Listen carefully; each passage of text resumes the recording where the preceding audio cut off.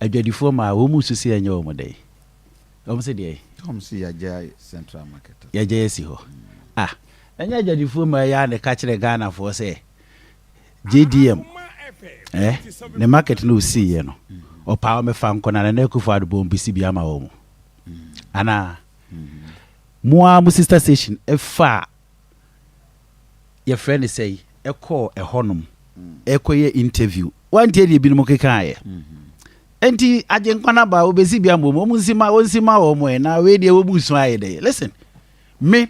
de omo ye na nya me yaba akokra de yemfa nya wo mo I see to the sense say so antie wo ye na onwamati kopo ye kan abatro tam ene binum antie NPP asantefo ne NPP ene ne to the sense nka sabi mpeleduasa de nka opoto e ma ne fie nka wonchi so ode ne nsa bebum enne mutia mo come for what 7 good years yes Kofi you throw a challenge say abia no wa ba wa petimi abaye project ya wa finish wa asante ready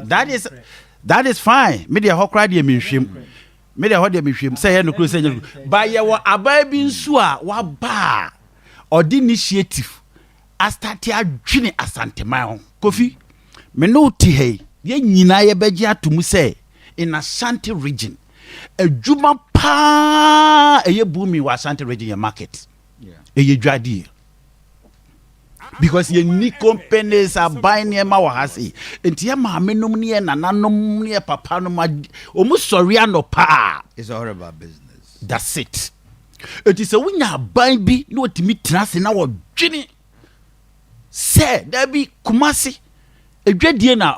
ompe enti yempe kwan yebesisi market ediama wo mo a I think say either say nipa no wie ya na wa anwie kura that adwene kura no come on I was say ye de omo bossa aban na baso ba ye tikrom ase ena sebi ye na NPP ye dia ena ye de NPP dia ye bu ye tum menua sensu otoipa me ba me na misom so si krom na hwe finya when I'm say hey Garden City pen NPP for communicators the woman no aprapra Kumasi kroma ye Kumasi kromu nyina ye omu di woman no yes Kofi enu tika unti ena mpuntu ababi aba na woma na nimma mpuntu wa Asante region so no to the sense omu be kan no kre a kira Asante man say NPP or NDC especially in NPP so many to abamu omu pa so ati ase anko omu ni kwa Asante region say ye to aban NPP omu nya less than 70% ya onim so omu lose about Ghana they will lose and to say omu focus nyina gira Asante region but edu adwuma so dia ne ye Asante fo ama hey you better time you good near the akwaje bosia near the koyibo bi baby ye ya better time your boss side near the akwaje bosia near the ye obi die ye near better time your team ba near the akwaje bosia near the you obi die ye near captain your koko near the akwaje bosia near the you obi die ye near the Asante mem home better radio ni TV so a o musi bi bia ye e wa Asante region misi akwa na me wra ho enti 24 man na wo mo kam no papa so pango maso nye se na numodo ni ye bunti na nanka ye nyina ye pe mosi JDM ba ye e de ade no obeye uga me de ha me mfa wo mo ho me de me party na me dwene ho se de be ya ye be ba ye betimi aboa ye ma me ne ye papa nom but sebi mpredua sase no kore wo a ye se wo ka eni kwan se sebi me ya Asante ni nti no na se bibi koso wa Asante mamu a na nya ma me nkoka ye se meka to the sense a product titia yatimu bi hwe Kofi wo hwa Asante regional your hospital ba ko pe konfanochi meboa se say etete pro ama sebe da se bere wutu fo na meto so anama sori en wonam no di konkoye sika asu ya wa baya ye to aba ma no just one hospital pe e hwa Asante man nyina no ete essay nese konfanochi say ya omu di omanya di ombe die ni di ombe no di omu di omu ba no be ko hospital na wo ye ti Asante memo ha no kura yan kanti en ye di NPP akata yani And then yakura yes ye. Me ti betra me kan tell NPP back as Ghana wonye bibi ma santemai. Why be? Uko kan de be kan o free SHS o de aba. Sabe bibia ni wa ba bia ni wa ba school one touch ye hospital one touch ye roads one touch ye kire me abai Kofi say if you can mention one government here sa niam we wonye bi e wada na so atase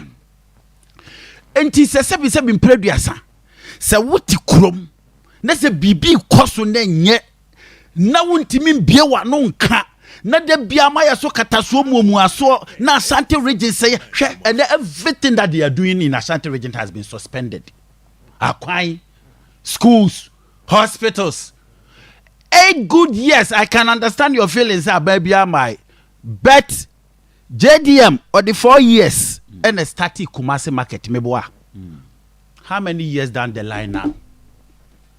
7 years and some months in NPP administration. Where is the market? Tell me, market be no buy almost the Ashanti region. Back. And I know me what I say President Kufo ebe start grow from market. Na NDC for buy ye woman touch kura na patcho NPP buy woman touch. Ana. You see, katasubo mbu aso na 7 previous ye di ti krom hanom no a ya GMPP ata ye ni ase asebi omu ba so na omu bi e kwase ane da so tim eno ne ye ne no kura mpanimfo ni bintimi nka na de bia da ne da bia no wo mu di Ashanti region na ayo mu stronghold da bia omu di twa ya be sanya tikrum na sebi mpreduasa yasinka de ofuru duapa no ono na nka epia no na ye de twi asem me catch you say NPP for woman in Ashanti region people tell me say then America it's true true Oko kansa yesi na senya Ashanti region ko na ye Ghana me de me fa ho bai me de oti voter na say oti kekos na wo mpiri bibi ma ukurom a me de me pri aba mi kurom ana sebe meboa no so I say entimi ba bia me frɛ na me pri puntu aba ho no nti na me sori ahomache ekoto lie de ma wo say gi na fakɔ. How many MPs do we have in Ashanti region? Almost about 46 or 44 in NPP meboa. Go to all of them and see what happens over there. Musali ayesi yaye astroturf enti yenye dey ya ewe masa Ashanti region empuntu abo wo se Johnson aba akoko when it come in terms of NPP administration in Ashanti region because o man fire se sebe ye de eye dan ya ye beto aba na ma it say the voter region so the NPP for NDC for aye wo mo twa wo mo se sebe san kro we mienu de ye de beto aba ma ntia fa puntu nkoso da and yes so they na communicate you see always in the me yarn say ye ti kurom ha say pa na wani tua say ye be fa wo japade na ye koton wo japade na wo nya ho mfaso na obi nya ho mfaso on say ya pa so what I say it is a wo shed ye koso our Ashanti region within the NPP administration ne sabi da bi on betena ha se a ye wo mu di wo ma no ayi kuroma nyina and na wo mu say oh ye ayi kwan kwan ye damochi ha se ya ekọ leki hui ana ya ye leku kwan and be said to car ekofa so udra puto ja ono mu kwa hwe de tie anso omu di TV so kasa se ya ye kwan ni nyina so ya se sebi yen kata ye ni amwa brosa MPP for bus antemaya bro too much womu ye very wicked to Ashanti womu pass antifo asem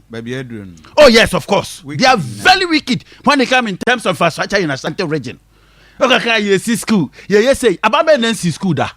ababe nancy hospital da is that what the Ashanti region ye jam just your friend is say airport just airport to amoba ye na obi agya musika mo be start phase 2 up to date 7 years down the line